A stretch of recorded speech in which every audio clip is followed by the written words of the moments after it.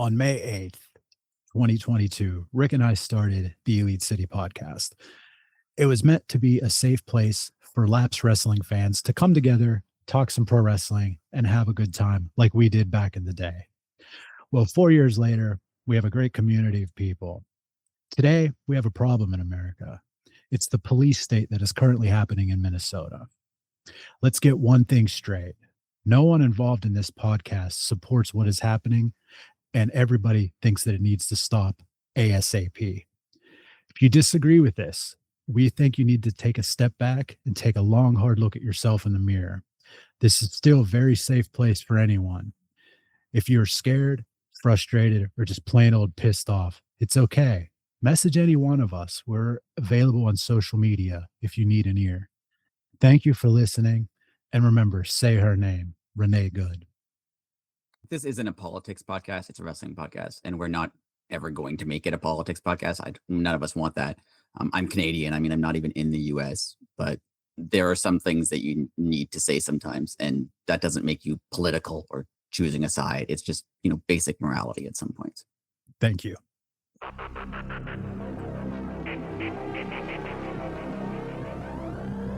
Hello, everybody, and welcome to another edition of the Elite City podcast. We weren't here last week, and you kind of know why already. So we're just going to jump right back in. How have you been, sir? I've been good, pretty good, all things considering. Yeah. How about you? Good, man. Again, all things considered, but hanging in there, watching some wrestling, trying to keep busy on some. Are you ready for this major storm that's supposed to come? Yes, and so is everybody over the age of 75 in my town because they were all out this afternoon. I went for the important stuff: candy, snacks, and more candy, and a bunch of and a bunch of microwave pizzas. There you go. Oh, and pizza rolls. Nice.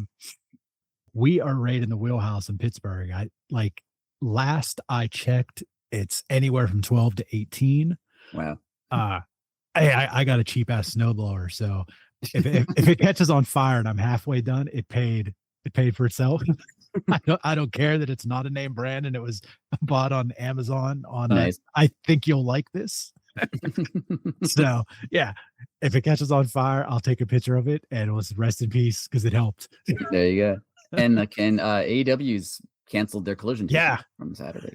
Yeah, and kudos to everybody who stepped up.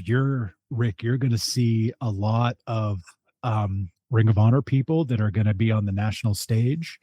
I haven't read what happens on Collision. I know they taped it with Dynamite, but it is kind of impressive to just be like, oh, we're just going to tape a whole second TV show tonight and somehow pull it off. So, I mean, I'm assuming they pulled it off. Oh, yeah. I think Isla Dawn has a match. Pay attention to her.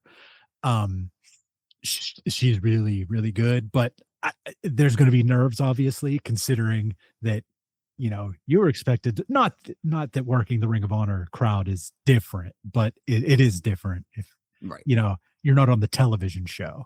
Well, the good news is it's taped. So if anything goes, drastically wrong, they can just edit that out. I want to open with two things that I think are going to happen in this year in AEW. And we opened Dynamite with them. I think Brody King is going to have a heck of a year. And I think MJF, by the end of this title reign, this is my prediction. He is going to be a fighting champion. And this is the championship that's going to cement his legacy.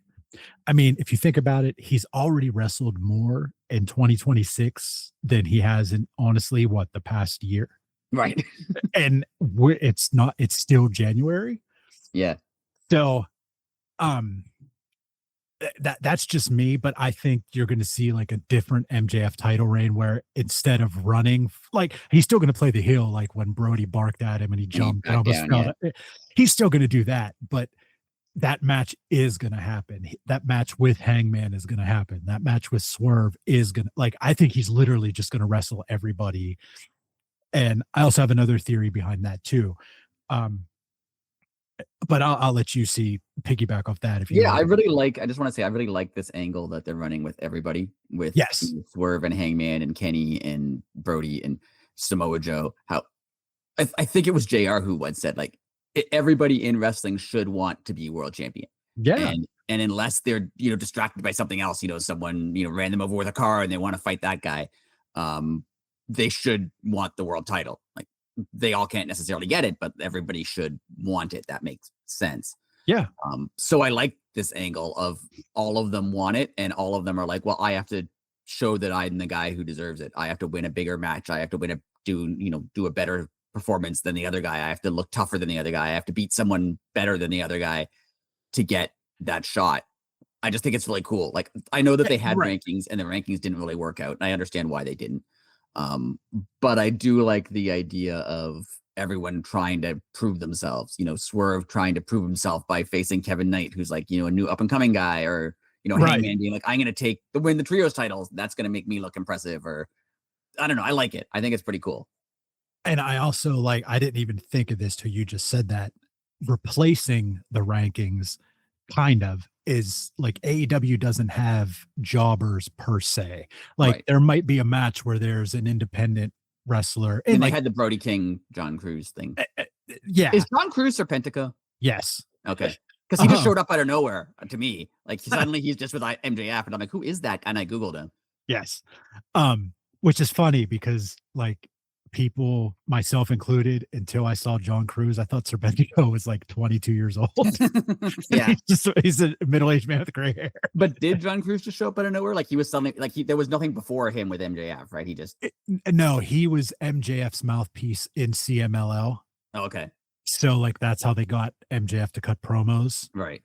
What champion was MJF when he did his whole America thing down there? Yeah, he was one of the CML champions, like the CML middleweight champion or something. I don't remember what title it was. When he was doing that, John Cruz was his mouthpiece. Oh, okay. But yeah, you were saying there aren't really that many jobbers. So. Oh yeah. I like that. Even if it's a Ring of Honor person, who the person is, so it gives it legitimacy. Right.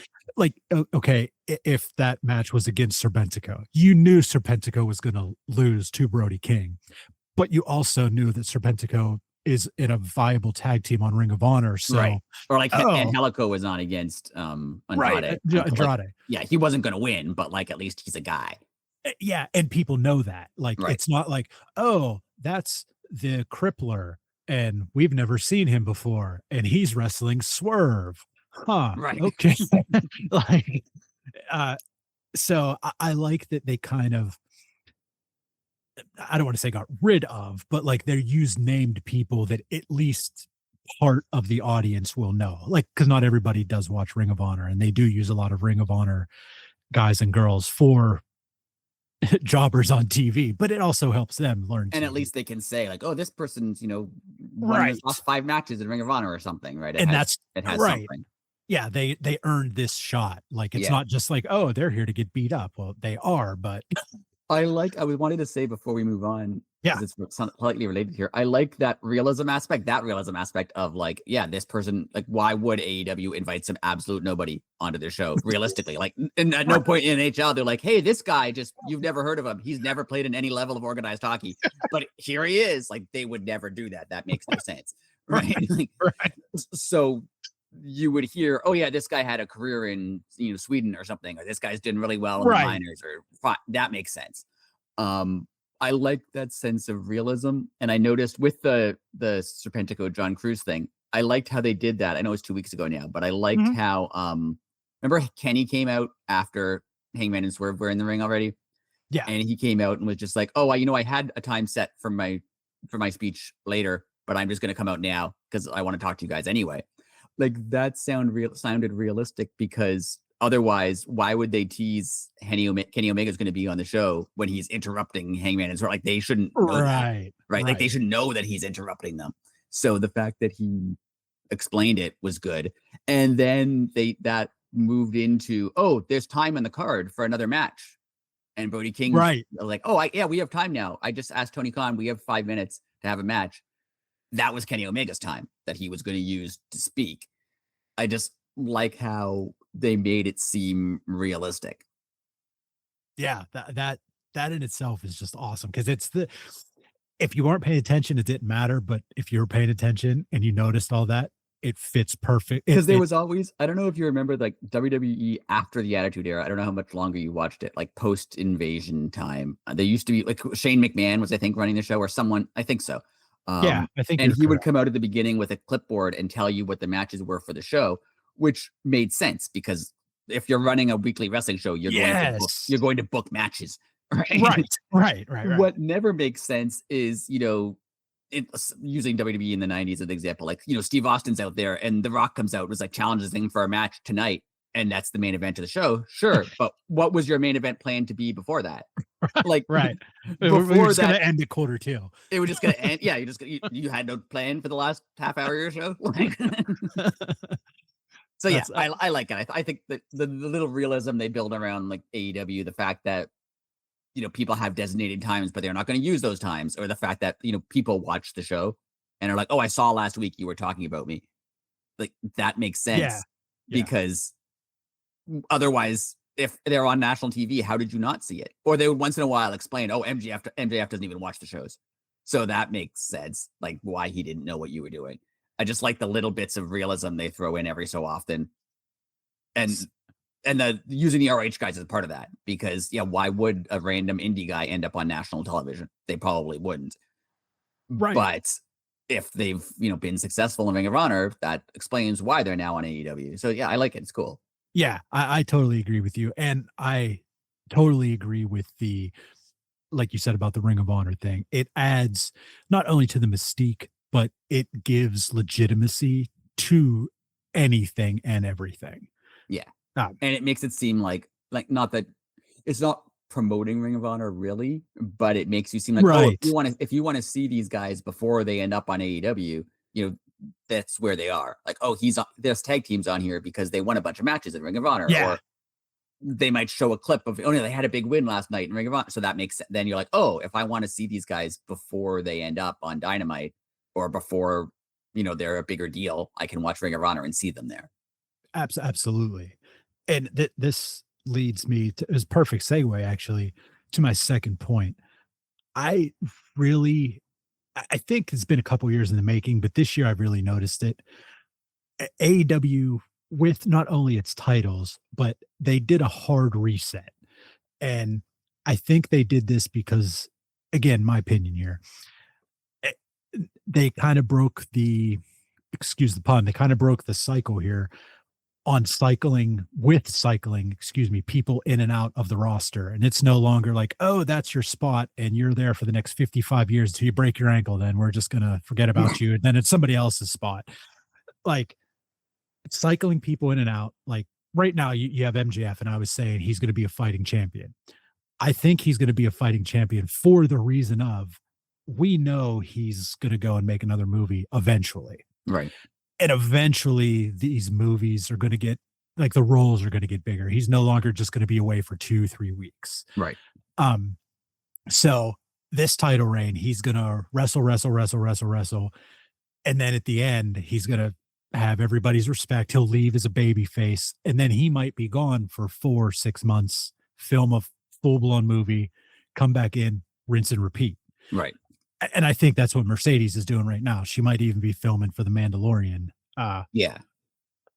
But not only on that end too, like you have a whole roster of people that, I mean, if like, we'll use Kevin Knight, like right now, if they gave him 3 weeks off, he could probably make more money on the indies than his paycheck in AEW because of his name right now.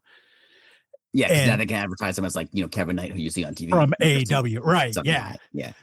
So you don't necessarily have to sit at home, but they're breaking the mold of that, oh, you only matter if you're on TV in the last 15 minutes from the hours Right. 9 to 10. Yeah.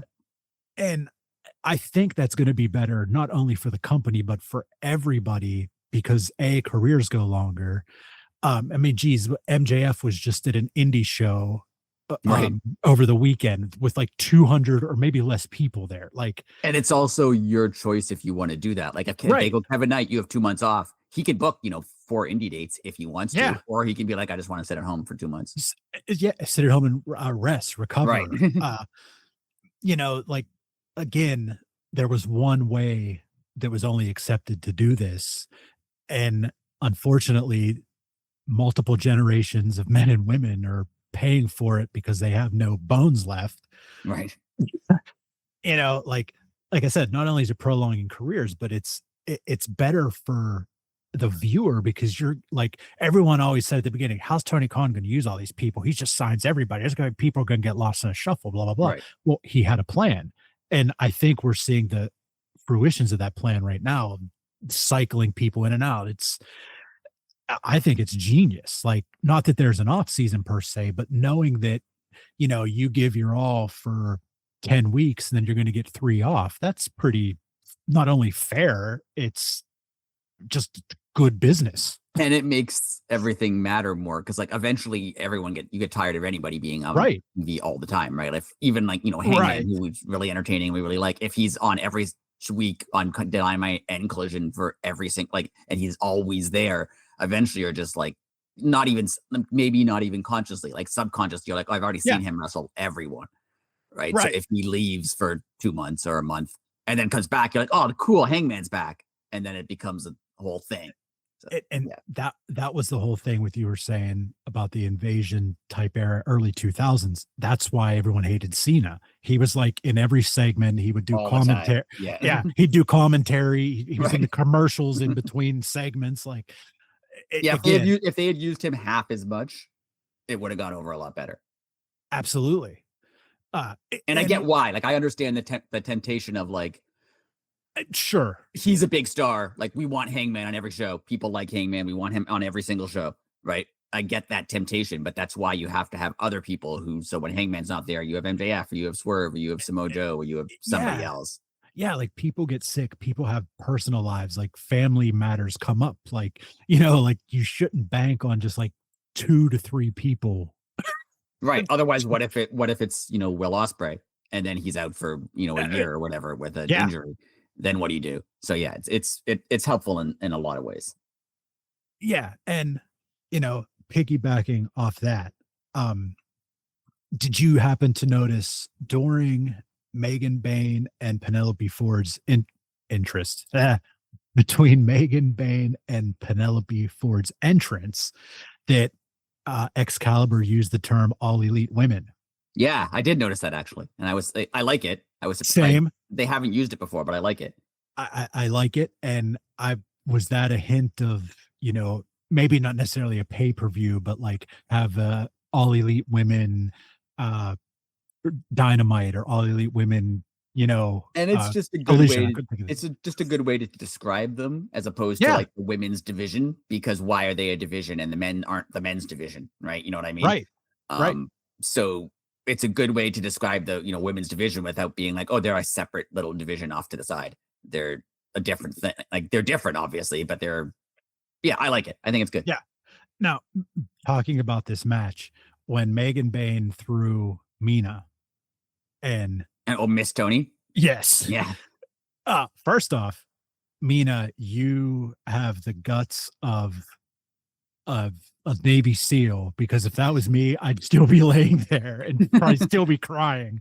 First, I thought you said baby seal, not Navy SEAL. I was like, are baby seals particularly tough? And I was like, oh, Navy SEAL. That makes more sense. Hey, I mean, you got to be tough to be a SEAL. I mean, you got orcas chasing after There you and go. sharks. But yeah, you could tell that they were concerned. Like, the match kind of stopped for a minute, and it should have, because like Tony was checking on her. Like, she was supposed to catch her, and she just like went right over her head. So now, yeah, I'm glad she's okay, or seems to be. I haven't heard anything. So. Yeah, I was gonna say I haven't heard anything either. Now, the other end of that spectrum, again, if I just witnessed that happen and I was Penelope Ford and Megan Bayne was walking over and be like, "You're next," I'd be like, "Nope, I retired." I'll see. I will not be doing that. Yeah. No, I'm done, because that's not gonna happen to me. The way that spot might have been planned is she would throw Mina at Tony. Tony would catch her, and then she would throw Penelope at both of them.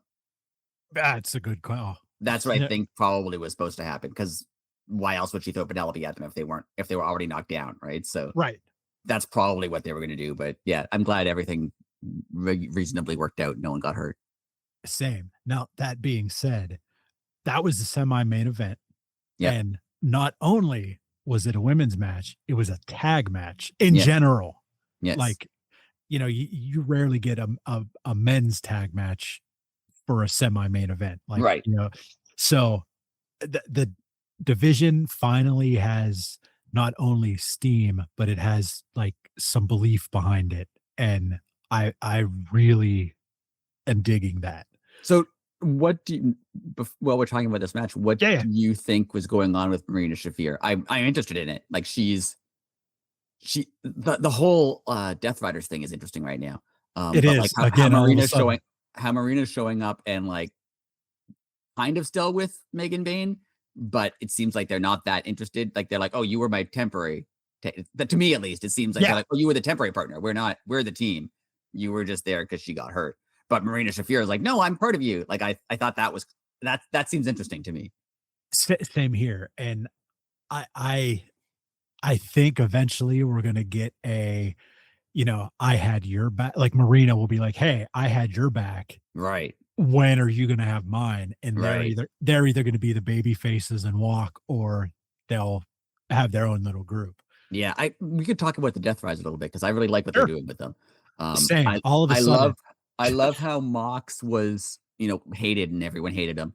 Yeah. And he was in that cage match, the blood and guts match, and he tapped out, and everyone's like, yeah, good, glad you tapped out. You suck anyway. And like we're happy. And then he like lost a bunch of matches, and everyone was just like, oh, this is the way it looked like it was going was gonna be, oh, he's gonna lose a whole bunch, and the Death Riders are gonna throw him out because he's a loser now.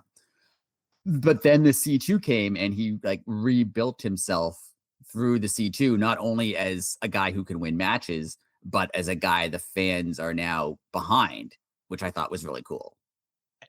Yeah, I said this, it was either last week or it had to be the last podcast we did.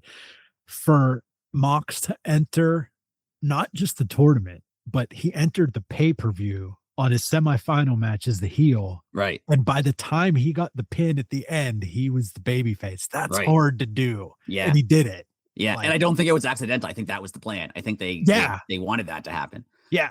Because and even when he won the title, I know this was a while ago, but we haven't really talked about it. Mhm. And he won the title, was just like, oh, this is for everybody in the back who like busts their ass every night and blah, blah, blah. Can compare that to Mox when he won the world title and was just like, this is because all of you suck and you're not as good as me. Right. And I'm going to show you how I'm better than you by holding this belt. You're not on my level. Yeah. And now he's like, this is for the team. This is for the company. This is for everybody who, works hard. He's going to be a great champion for them. Like his personality changed, but it didn't like shift overnight. It kind of made sense how his personality was changing. And I thought that they were going to, like he turned, I thought he turned like after that face turn, not really a face turn, but after he started getting cheered. Yeah. I assumed, Claudio or someone would take him out. And they would be the agreed. But they're not. Like they're kind of like they got cheered against the Don Callis family, which is smart to put them against the Don Callis family because no one cheers for the Don Callis family. Exactly. But so now they're cheering for like, Claudio and Yuta and Daniel Garcia and Marina. But then Marina comes out and attacks Tony Storm, and they're back to booing Marina, right? So I like this, what they're doing. They're not heels, they're not faces. They're just like, I don't know. Yeah. I don't know where it's gonna go, but I want to see it. Same. And I like, again, it's hard to do because they change nothing. They're doing the exact same thing. Right. And like, you just don't realize how hard that is. Like they literally change not 1 ounce that they're doing, and they just have the crowd eating out of their hands. Yeah. Now. And like they're still acting like jerks. They're still like interfering in each other's matches. They're still like, they're not like, it's not like now they're like super nice guys. Yeah. Like it's like I was saying earlier, for Mox to do that character change in 2 matches, like you said, and that was part of the plan. It's also hard to like, they somehow got people to buy in on the other 4 members who did absolutely nothing. Right. Like they're exactly the same as they always were. Like everyone hated Wheeler Yuta, a month ago. Right. Yeah. Oh, and real quick before we move on, how long until Renee tells Mox to get his tooth fixed? Like she's only gonna put up with it for so long. Yeah, it's true. I really well while we're on Renee, now that you Yes, mentioned it, I love she didn't do it this week, but I love the when she's like a sideline reporter now, like she's that's the there in the coolest crowd. thing. I really like that. I think it seems like sports like. It seems really cool. Yeah, She's there as the wrestlers walk, to the ring behind her or something. I really like that. I think that's really cool. yeah. And if you think about it, like every sport now has, hockey, the guy sits in a penalty box. There's a Right. sideline reporter in the NBA and NFL. Like, Yeah. why wasn't there somebody at the end of the ramp Yeah, it makes perfect sense. And ever? then if she gets, can talk to someone as they walk by, even better. Like, you know what I mean? Yeah, It works really well. And sometimes it works as an angle too, because maybe someone who normally is friendly with her, brushes her off because they just lost and they're pissed off. Like that, right. can add something to it. I really like it. I think it's really cool. Yeah, and like I just thought of this right now, like you know that this is going to set up for like not like when you win the title because it's all about like the person at that moment, but like to Right. have her there for um somebody just won 10 matches in a row and that broke an AEW record that we didn't even really know was a record. You know what I Right. mean? Like, hey, did you know that you just did this and now you're in the record books? Like Yeah. the crowd just would get into that Yeah. immediately. Yeah. And I also like the line they continue to walk with her and Mox, Yes. where everyone knows they're together, but they never really are together on screen. And like she'll talk about Mox, like, oh, Mox was backstage when she's being a sideline reporter. Mox was backstage, focused on the match. So he wasn't paying attention to what happened in the ring before or something, right? Like, so it's obvious that she knows what he's doing, Right. but is that as a reporter or is that as his wife? Right. Right. Like I don't know. It's pretty cool. And here's my one thing that I want to happen more than anything. I want them to be the opposite of Roddy and Marina. I want Mox to like smart off one time and her just be like, John, shut up. Yeah. Like she doesn't have to hit him. She doesn't have like nothing. Just be like a married couple. Like, John, no one's listening to you right now. Just be quiet. I And like how they do it because it always is hard in wrestling when people like Roddy and Marina is another example. It's always hard in wrestling when people know that two wrestlers yeah, are together yeah, because they kind of have to put them on screen together then, but that doesn't always work because their characters don't match on screen or yeah, Tony Storm and Juice Robinson, they're completely separate. Everyone knows they're together. They'll mention, FTR mentioned it to Juice a little bit, yeah. but they're not trying to like make them an on-screen couple. And it's just, oh yeah, we know you're together, but like you're not on the show. And once in a while they add in a little thing like, oh, Roddy's, in an argument with Marina and oh, you know what that means, but they're not like Right. beating you over the head with it. Yeah, I totally agree. All right. My last topic, first and foremost, kudos to Kevin Knight and Swerve. That was a great main event. Uh yeah, Kevin Knight just proves again and again and again he's given the ball, and I know it's an old cliche, but he scores touchdowns. I almost said hits home runs. He's given the ball and just keeps winning, man. Uh this match was so freaking good. It was really good. Yeah. Um, two things, and I instantly thought of you. Now knowing that the swerve dance is called the gritty made me so happy. I laughed hysterically, like, nah, Taz didn't just call that the gritty. I had to rewind the TV. Yeah, it makes it better now. Nice. Uh, um, and uh, this is just the beginning for Kevin Knight. I'm going out on a limb. By the end of the year, he will be TNT champion. And that makes sense. Uh, I totally agree with that. Yeah. They're pushing him somewhere. yeah, Not just as a tag guy or a, trios guy. I think that makes a lot of sense. I can definitely see that for sure. Yeah. and see, He's doing great. same. I agree. Now, I have a question here for you. Do you think Jet Speed is, I don't want to say over, but it kind of seems to me like they're both getting a little singles run here. Yeah. I think it's going to be one of those things where they're still friends. They don't have a breakup. Mhm. They don't have a feud, but like they do separate stuff. And once in a while they'll interact backstage or something, but like generally they're separate. I could see that. Yeah, because I mean, everybody loves them, but I mean, even Speedball's match, um, Yeah. last night against Joe was absurdly good. I mean, they have the trios titles, but who really cares what the Again, yeah, nobody. Yeah. Now, one final question. With there not being a pay-per-view for 2 months here, do you think that, I mean, basically the past 2 weeks, Dynamite and Collision have been like mini pay-per-views. Yeah, I mean, have you seen the card for next week? That's Yeah. it's like 3 title matches or something on there. Again, do you think this because I'm stumbling over my words here. Again, do you think this is now theory now being put into practice of this is going to be like a yearly thing? Like January, February. Yeah, that would make sense. Have January, February be like, because they have Killer Grand Slam, shows. they have Australia coming up in February. Yeah, I think that makes perfect sense. And I like it. I understand why they have multiple pay-per-views, and they're always good. I've said it a million times, they're always good. But like, I don't need one personally. I don't need one every month. I think they were good when they were doing one every 2 months, month and a half. I think that was better. Every month seems like not that they're bad, they never are, but it just seems like it's not necessary. I mean, they probably think it is because it makes the money, and I understand that. But absolutely. I like having a bigger gap. Same. And again, it's with all I can't think of the word I'm looking for, but like we always said, for a whole generation, there was one way to do this. Right. And them just breaking that mold, even going from 12 pay-per-views to 10 is a big deal.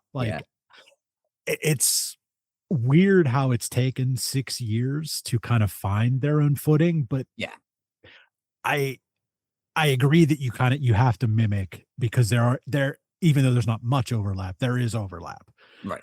And even if there's an overlap, people who know, like, say you didn't watch wrestling for 10 years and you decide to watch AEW, it has to kind of look like what wrestling to be.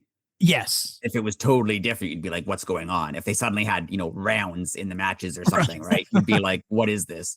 Yeah. Whereas this, so it has to kind of be, there's a weekly show, and then it builds up to a pay-per-view. Like, you have to kind of do it the same way, because otherwise people will get lost. But yeah, I like the little wrinkles that they throw out and that they seem to be sticking to. And I like when they make the Dynamite. I'm surprised this upcoming Dynamite doesn't have another name, because I know I like the themes, because they booked a bunch of title matches on it. I thought maybe they'd give it a theme, but they didn't. But it's just going to be a good show. I mean, it has Stat and Tekla for the title. Yeah. Tekla, by the way, her promos have been awesome. I wanted to say she's been so good. Yeah. Like the whole Triangle of Madness thing is just good. And I like how Julia and Sky are kind of like the creepy twins. They were just like, they kind of talk in a monotone voice and just stare at the camera. But then she's kind of like the crazy one. Who like, I like it. I like it a lot. 2 more things I just wanted to mention. Sure, let's do it. Kind of related. Okay. People leaving AEW and people coming to AEW. Okay. I'm just looking at the card for next week, and Davis and Doyle, like what's his name? Jake Doyle. Yeah. Great signing. I think that's been 100% awesome, good. That's been an awesome signing. He's immediately fits in. You're right. They look the same. They look way too similar. So it makes perfect sense that they're a tag team. Yes. Yeah. 100%. And while we're talking about the trio titles, I thought we could spend a little bit on Hobbs leaving. Yes. I was surprised, to be honest. Same.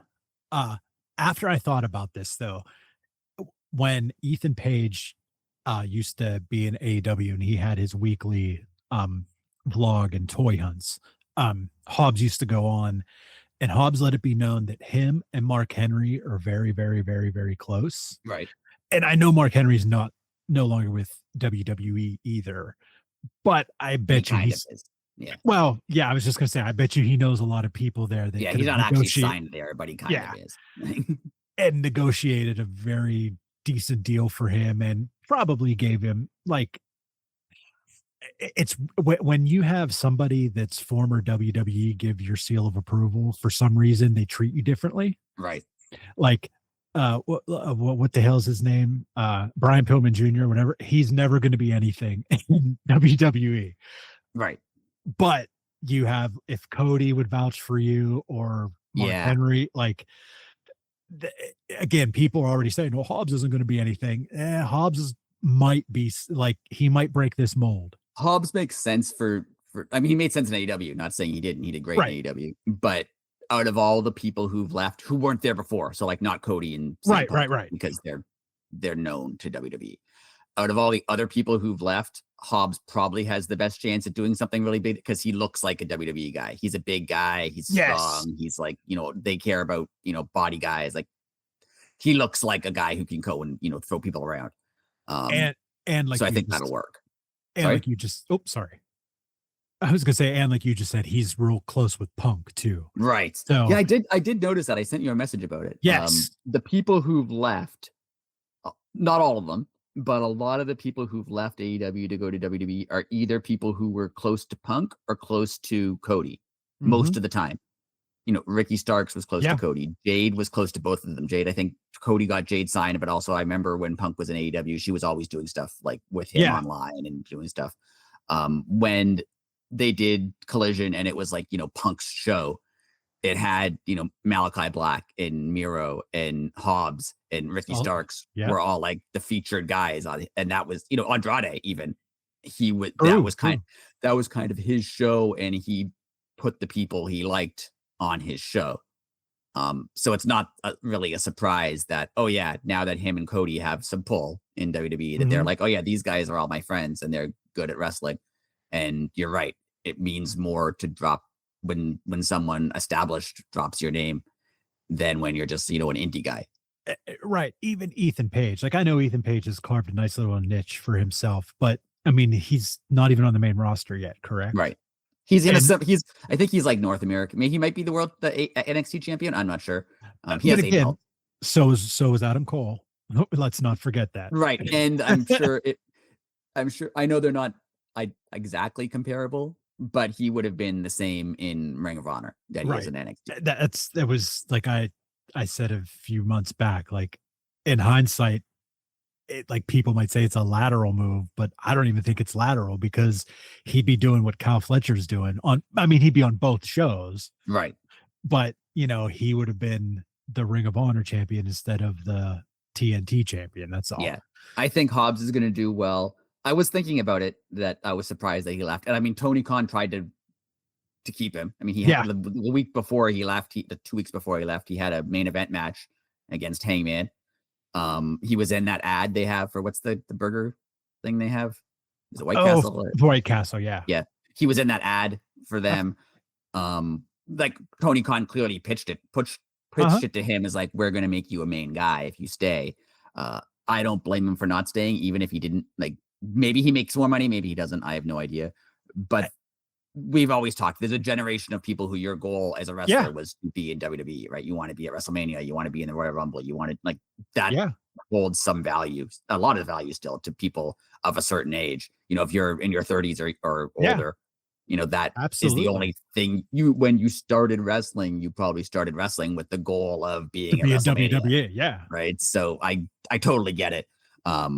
I was thinking it's interesting though, he was not actually supposed to be in the ops. Remember, it was Hook and Tabata and Samoa Joe, and then Hook got hurt, so they replaced him with Hobbs, and then they won the trios titles, and then Hobbs left, and then they just put Hook back, and they're like, it was actually Hook. And like again, you just going back to what you just said, and I don't know if this is true, but if it is, kudos to Hobbs. If Hobbs took his offer from Tony and said, "Hey, this is what they're telling me I'm worth," right? You at least got to be in this ballpark, right? And that to me shows more than anything. Like, you know what I mean? Like, we're now in an era where guys and girls can do that for once. So I really hope, and Hobbs isn't a dumb human being. I'm sure he probably did do that, but the fact that option is even on the table is great. I mean, for people who only watch AEW and don't watch WWE, which neither of us really watch WWE, right? It's always unfortunate when someone leaves, someone like a Mariah May or something, because you're like, oh man, I liked watching them, I'm not going to watch them anymore. Not even like out of principle, it's just like there's only so many shows I can watch in a week, and I'm not going to watch that one. Like, too bad. That's always unfortunate. But I do like the environment of people being able to move back and forth. I wish they would do it more often. Like Andrade, like leaving and coming back, and then that was cool. Right? Yeah. He was in WWE, then he went to AEW, then he went back to WWE, then he went back to AEW. Like, that's cool. And he wasn't allowed to work on Earth. If And then he is again. Anyway, go but ahead. if you can have that, if I think the wrestlers are gonna get smarter. Right now, Totally. I think a lot of wrestlers sign, 3 or 5 year contracts to work for one company or the other company, right? Yeah. And depending on where you are in your career, that makes sense. If you're an older guy who this might be your last contract, you want to sign a big long one, right? Yeah. Or if it's your first chance, you're like, oh, no one will ever offer me a contract again. I have to take this one. But if you're, a middle of your career guy, 25 to 35 years old, and you have some buzz and you're kind of well known, yeah, sign a 1-year deal or 2-year deal and do awesome. Like Mariah May. Mariah May showed up for 1 Right. year, had an awesome 1 year, and then use that to go to WWE. And I'm sure people will do the opposite, right? Have them sign a 1-year deal Right. at WWE and use that to get yourself a longer deal, like all pro athletes do, right? Right. I kind of wish it would happen more often. I wish that people had, 1-year contracts. And yeah, you'd feel bad, you don't get to see Hobbs anymore, but he might be back in 2 years, right? So like, No, knowing WWE, I mean, he might get fired before he gets hired. It'd be like Samoa Joe. He got fired 3 times in 1 week. and on that note, I mean, they signed some new people, right? They signed Jake Doyle. They signed the Rascals, even though I think one of those didn't work out. Correct. Hechicero, Persephone, like they have people coming in, and that's cool. Like you lose people, you get new people. Like that's how it's more interesting. It makes the shows more interesting. It makes everything. Yeah, And- we don't watch WWE, but never am I just like, oh, that bastard, how could he do this? Like, Yeah, no, no. it's a job, right? Like I Yes. totally get it. And maybe Tony Khan pitched that you were going to be, TNT champion, and you told that to Triple H, and Triple H is like, I'll make you Intercontinental champion. You're like, oh, that sounds better. Like, I don't know what they told you, right? Right. So, Right. yeah, it's cool. I like it. I do think a lot of people are talking about how, they didn't use Hobbs perfectly, and they didn't. By the end, they were. I think in the I agree. Hobbs, I they agree. were. There was that whole period where like he had a physical book of Hobbs, which why is it like a bound book? That I didn't make forgot sense. about the Book of Hobbs. Yeah, I liked it when it was like a metaphor, right? Yeah, Like when yeah. But then as soon as he started, like, what did you have that printed? Like, what is that? Like, Yeah. and the stuff when he became TNT champion, and then for some reason was with QT Marshall, and then wasn't again. It was all weird. Very. Yeah. So yeah, cool, good for him. I hope it happens more often, both directions. Same. Do you have anything else to go on, sir? No, I think that's it. Same. I've really enjoyed the Dynamite shows. Have been, they have been like mini pay-per-views, right? Yeah. It's pretty cool. Yeah, I agree. And I hope this becomes tradition because it's been fun. And like, not only like, oh, the shows have been like off the hook good, but just being different, just, knowing that, for 2.5 well, not 2.5, but for 2 hours and 10 minutes tomorrow night on Saturday, it's going to be a banging show. And for 2 hours on Wednesday, it's going to be another great show. And it's not just, great. For a while, AEW had a thing where like the matches were always great, but like you could not watch a Dynamite and it was fine, right? Because you'd miss matches, but you could tune in the next week and it would be cool. Yeah. They now have a lot of stories that they build through matches, stuff like Mox's turn, stuff like, Hangman and Kenny and Joe and everyone trying to prove themselves, where like if you don't watch it, you'll miss a great match, but you'll also miss like a little thing that happened during that match that matters to the longer story. Little stuff like I noticed, Hangman and Kenny seem to be getting along a little bit better than Hangman and Swerve are now, right? Like it's little stuff like that. I noticed 2 weeks ago when they had that promo and Hangman cut them off, and then Kenny cut them off. And I think Hangman said something to Kenny of like, oh, may the best man win, and shake his hand. And then he left, but he didn't say the same thing to Swerve. Right. And, Swerve's just been like, I want to win the world title because I should be world champion, while he's standing beside Hangman Page, who also wants to be world champion. Like those are like little things that are going to pay off at some point in the future. And it just, there's very subtle storytelling that I really like. Yeah, I agree. And I cannot wait. We are at Elite City Pod on all social media. We are on YouTube, and our YouTube audience has been very good to us lately. So keep it up. Make sure to leave a comment. give us a thumbs up. It helps us And and subscribe. subscribe. So you Yes. get them right away for however that works. Yeah. Yeah.